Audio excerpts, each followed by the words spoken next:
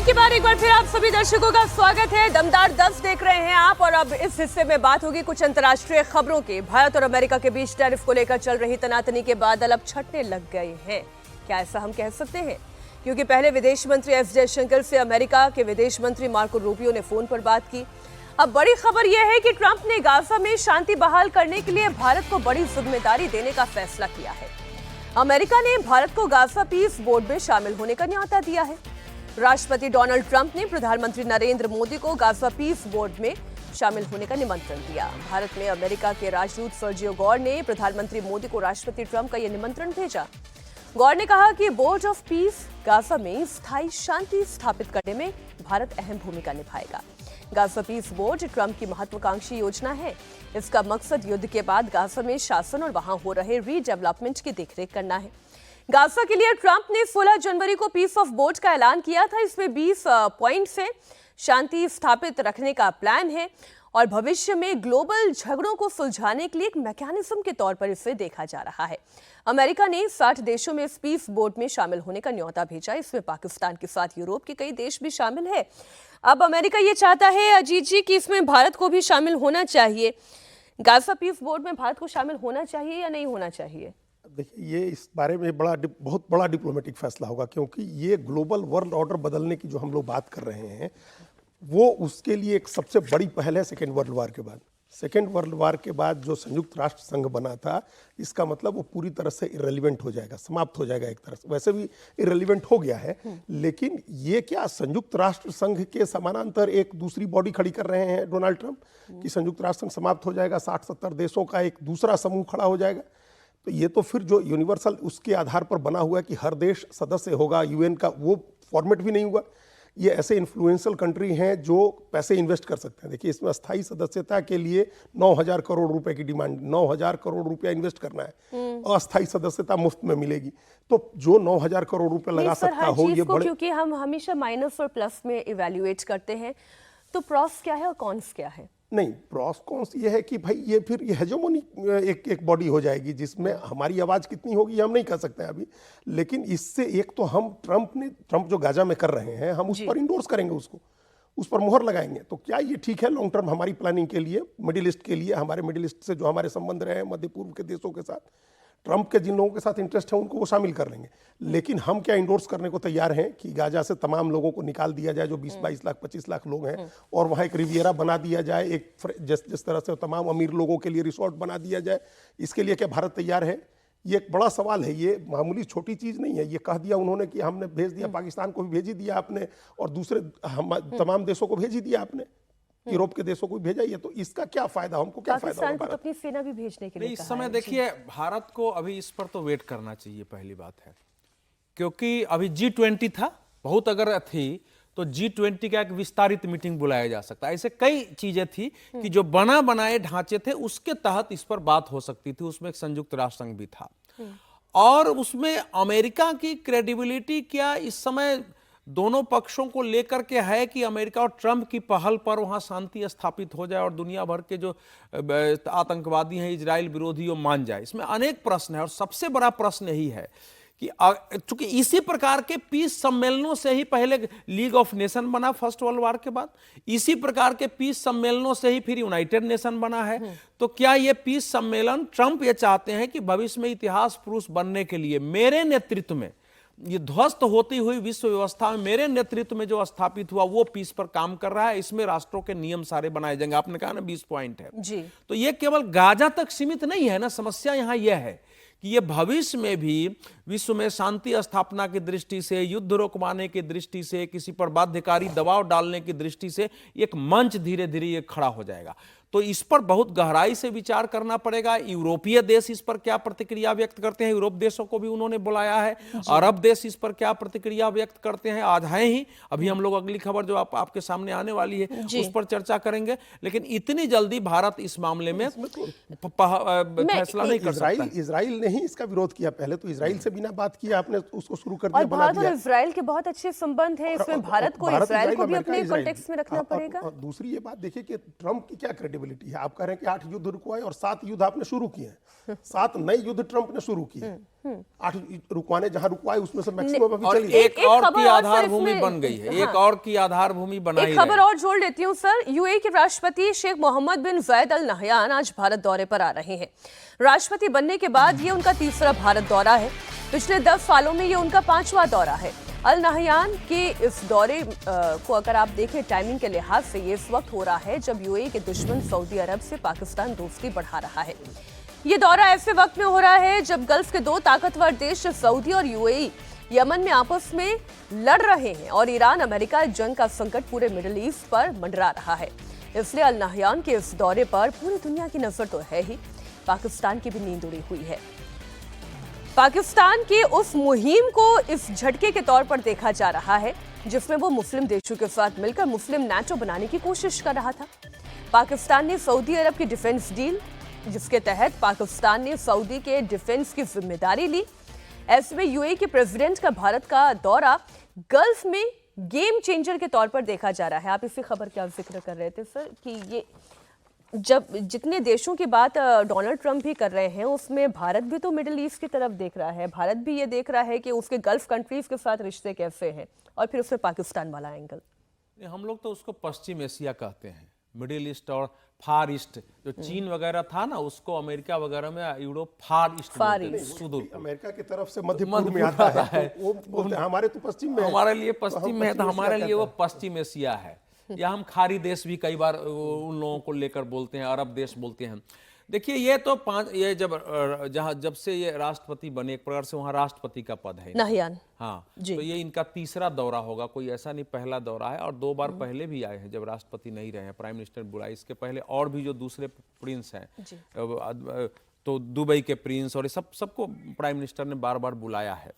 और ये बात सही, पाकिस्तान को चिंतित होने की जरूरत है। पाकिस्तान को तो चिंतित होने की सऊदी अरब के समझौते के बाद सऊदी अरब से भी है, जिसको हम ले रहे हैं। क्योंकि ऑपरेशन सिंदूर में समझौते में क्या था, नाटो की तरह, तो एक देश पर हमले पर दूसरा मदद करेगा। ऑपरेशन सिंदूर के समय सऊदी अरब लड़ने आया था क्या भारत के विरुद्ध? जो है नहीं लड़ने आया था। तो इसलिए वो कह रहा हूं ना कि कई बार वो ट्रंप के दबाव में वो समझौते हुए थे भारत को दबाव डालने के लिए। और थोड़ा इस्लाम के नाम पर, चूंकि सऊदी अरब का ऐसा रहा है ना कि सऊदी अरब के पास अपनी सेना वगैरह नहीं होती थी, वहां के सेना को ट्रेनिंग देने का पाकिस्तान का हो जाता था। वहां के जो रिटायर्ड आर्मी चीफ होते थे, वहां जाके वहां की सुरक्षा संभालते रहे हैं। वो उनके साथ एक पैक्ट रहा है। और चूंकि सऊदी दुनिया में मुसलमानों के लिए वो ये जो मक्का मदीना होने के कारण जी। वो बड़ा केंद्र है, तो इस कारण महत्व रहा है। तो अभी ये जो इनका दौरा, इस समय सऊदी अरब और संयुक्त अरब अमीरात के बीच तनाव चल रहा है। भारत उस तनाव के पक्ष में नहीं है कि भारत उस तनाव को बढ़ाएगा। संयुक्त अरब अमीरात के साथ भी, सऊदी अरब के साथ भी हमारे संबंध है और गहरे संबंध है। सऊदी अरब के प्रिंस ने ही, जब इमरान खान विदेश में थे, अमेरिका गए थे, और जब उन्होंने नरेंद्र मोदी के विरुद्ध भाषण दिया, तो उसने कहा कि तुमने नरेंद्र मोदी के विरुद्ध कैसे भाषण दिया, हमारा प्लेन छोड़ो। और प्लेन छीन लिया, उनको प्राइवेट प्लेन से आना पड़ा।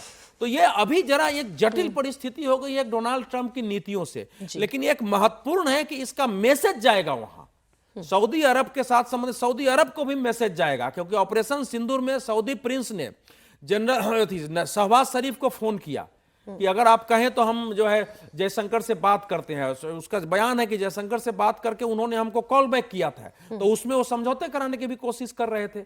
तो सऊदी अरब को भी थोड़े है कि हम भारत से संबंध खराब कर लें, बिल्कुल ठीक बात लेकिन है। उनकी पॉलिटिक्स हम लोग को इस बात को यूएई वर्सेस सऊदी अरब में नहीं देखना चाहिए। भारत के संबंध जिस तरह से यूएई के साथ है, वैसे ही सऊदी अरब के साथ भी है। और सऊदी अरब हमारा तीसरा सबसे बड़ा व्यापारिक साझेदार है। हम लोगों के साथ है। हम लोगों ने एक स्ट्रेटेजिक पार्टनरशिप काउंसिल भी बना रखी है सऊदी अरब के साथ। $50 अरब से ज्यादा का कारोबार सऊदी अरब के साथ होता है। तेल का हमारा तीसरा सबसे बड़ा वो सोर्स है। सऊदी अरब से हम लोग तेल मंगाते हैं और संबंध बिल्कुल ही खराब नहीं, बहुत ही अच्छे संबंध है। अब यमन को लेकर के सऊदी अरब वर्सेज यूएई हुआ, क्योंकि पहले उन दोनों में भी शांति थी। उत्तरी यमन में यूएई और दक्षिणी यमन में सऊदी अरब का वो था। लेकिन अब सऊदी अरब ने अटैक किया उत्तरी यमन में, वहाँ तेल ऑयल रिच उस इलाके को कंट्रोल कब्जा करने के लिए, तो आपस का उनका झगड़ा है। हालांकि वो भी सुलझ जाएगा। हमको इसको यूएई वर्सेज सऊदी अरब नहीं देखना है। हमारे संबंध सऊदी अरब से भी अच्छे हैं, यूएई से भी अच्छे हैं। और ये बात पाकिस्तान के लिए सबसे बड़ी चिंता की बात है कि पश्चिम एशिया में, खाड़ी में, अरब देशों में प्रधानमंत्री नरेंद्र मोदी ने सभी देशों के साथ बहुत अच्छे संबंध हमारे संबंध तो ईरान से भी अच्छे हैं, लेकिन डोनाल्ड ट्रंप के संबंध खामेनेई से बिल्कुल अच्छे नहीं हैं। ईरान पर अभी भी अमेरिकी खतरा मंडरा रहा है। पर्शियन गल्फ में अमेरिकी फौज ने घेराबंदी तेज कर दी है। इस बीच अमेरिका के पूर्व राजदूत ने बड़ा बयान दिया। इजराइल में अमेरिका के राजदूत रहे डैनियल शापिरो ने संभावना जताई है कि इस बार ट्रंप ईरान के सुप्रीम लीडर खामेनेई को मारने की कोशिश कर सकते हैं। खामेनेई को मारने की कोशिश इसी हफ्ते हो सकती है। बहुत जल्द मिडिल ईस्ट में अमेरिका के एयरक्राफ्ट कैरियर पहुंचने वाले हैं। इसके बाद ईरान पर स्ट्राइक करना बहुत आसान हो जाएगा। दरअसल खामेनेई ने ईरान हिंसा के लिए ट्रंप को ही जिम्मेदार ठहराया। खामेनेई ने सीधे सीधे ट्रंप को क्रिमिनल कह दिया। खबर यह भी आई कि खामेनेई के इस बयान से ट्रंप बहुत भड़के हुए हैं और ईरान में रिजीम चेंज का खुला ऐलान उन्होंने कर दिया है। ये कह दिया है कि अब ईरान में नई लीडरशिप तलाश करने का वक्त आ गया है। अमेरिका के पूर्व राजदूत का कहना यह है कि ट्रंप अब ईरान में सत्ता परिवर्तन के लिए खामेनेई को मारने की कोशिश कर सकते हैं। अब आप ये देखिए, इधर ईरान के राष्ट्रपति ने भी अमेरिका को कड़ी चेतावनी दी। राष्ट्रपति मसूद पेजेश्कियान ने कहा कि उनके सुप्रीम लीडर पर हमले की कोई कोशिश बर्दाश्त नहीं की जाएगी। अगर ऐसा किया गया तो अंजाम बुरा होगा। खामेनेई पर अटैक को ईरान के खिलाफ ऑल आउट वॉर माना जाएगा। तो मसूद पेजेश्कियान का बयान भी आपके सामने है। लेकिन अजीत जी, अगर वाकई में अमेरिका को हमला करना था तो फिर वो इंतजार किस बात का कर रहे हैं? और वो जो खामेनेई को मार डालने की या खत्म करने की बात कर रहे हैं, वहां पर तो एक ये जो कट्टरपंथी मुसलमान ऑटोक्रेटिक सोच है, आज खामेनेई है, कल उनकी जगह कोई और आके उस सोच पर हावी होगा, उस सोच के साथ फिर वो लीडरशिप को संभाल लेगा। और अभी तो कोई ऐसा दावेदार दिख नहीं रहा है कि जो खामेनेई की सत्ता से हट के फिर वो एक नए किस्म का ईरान खड़ा करने की कोशिश करे। और आप देखिए, वो रजा पहलवी को के लीडरशिप को भी ट्रंप ने मना कर दिया है। उनकी लीडरशिप पर अभी उन्होंने हामी नहीं भरी कि वो लीडरशिप उस लायक नहीं है। ये इस तरह का संकेत मतलब जो लगातार ये कह रहा है ट्रंप, लगातार यही तो कह रहे हैं ना कि हम हमला कर देंगे, फिर कहते हैं कि क्योंकि उन्होंने फांसी को टाल दिया है इसलिए अब हम कोई हमला नहीं करेंगे। उन्होंने तो बहुत बिट्रे किया और ये लोगों ने कहा, ईरान के लोगों ने, कि ट्रंप ने बिट्रे किया है हमको। जो लोग ईरान से भाग करके निकले हैं उन लोगों ने बाकायदा मीडिया में बयान दिए हैं और ये कल से इस बात की चर्चा है। और जो आंदोलनकारी थे, जिन लोगों ने 20 दिन अपने जान की परवाह किए बगैर सड़कों पर लड़ाई लड़ी और 5000 लोग, 3000 लोगों के मारे जाने की ऑफिशियल खबर है कि 500 सुरक्षा बल थे, 2500 सिविलियन थे। एक रिपोर्ट 12000 लोगों के मारे जाने की है। तो ये तो बिट्रेल था। आपने कहा कि आप सड़क पर रहिए, हेल्प ऑन द वे कह रहे हैं कि आप रास्ते में मदद पहुंच रही है। रजा पहलवी भी लोगों को उकसा रहे हैं कि आप 6 बजे उतरिए सड़क पर, 8 बजे उतरिए, मदद आ रही है। तो एक तरह का तो वो बिट्रेयल था। लेकिन ये बिट्रेयल ट्रंप मानते हैं कि हमारी डिप्लोमेसी के लिए, हमारी स्ट्रेटजी के लिए ठीक है, क्योंकि वो एक साइकोलॉजिकल वॉरफेयर अभी चला रहे हैं। अभी जमीन पर उतर करके लड़ाई लड़ने के बजाय वो मनोवैज्ञानिक लड़ाई लड़ रहे हैं। अभी इस समय ये साइकोलॉजिकल वॉरफेयर का है कि खामेनेई की हत्या करवा सकते हैं, ताकि इस डर से खामेनेई भागे। ये 1 महीने पहले से खबर चल रही कि खामेनेई 20 लोगों के लेकिन साथ अगर उन्हें भागना होता तो भाग चुके होते, अभी तक तो नहीं भागे। ये साइकोलॉजिकल, अब ये लॉन्ग टर्म देखिए, एक इनिग्मा है ईरान अमेरिका के लिए। ये 40-45 साल से हर प्रेसिडेंट वहाँ का चाहता है कि हम मार दें, बदल दें, रिजिम बदल दें। 79 से 80 से ये सब आदमी चाह रहे हैं।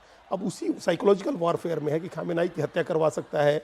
इसी साइकोलॉजिकल वॉरफेयर में है कि ईरान के टुकड़े हो सकते हैं। ये खबर चलाई जा रही है कि रजा पहलवी कह रहे हैं कि हम सेंट्रल ईरान के नेता बनने भर को तैयार हैं। मतलब जो फारसी 60% आबादी है उसका एक लीडरशिप अलग हो जाए, अजरबैजानी अलग हो जाए, बलूच अलग हो जाए, कुर्द अलग हो जाए। ये तमाम साइकोलॉजिकल वॉरफेयर का हिस्सा है जो अमेरिका चला रहा है।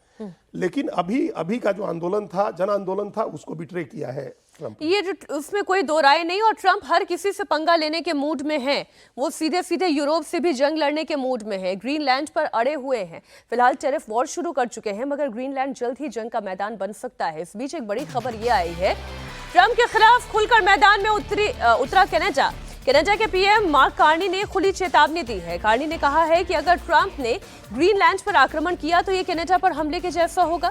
कनाडा भी अपनी सेना ग्रीनलैंड भेज सकता है। कार्नी ने कहा कि डेनमार्क हमारा नाटो पार्टनर है और उसकी सुरक्षा के लिए हम नाटो के आर्टिकल 5 से बंधे हुए हैं।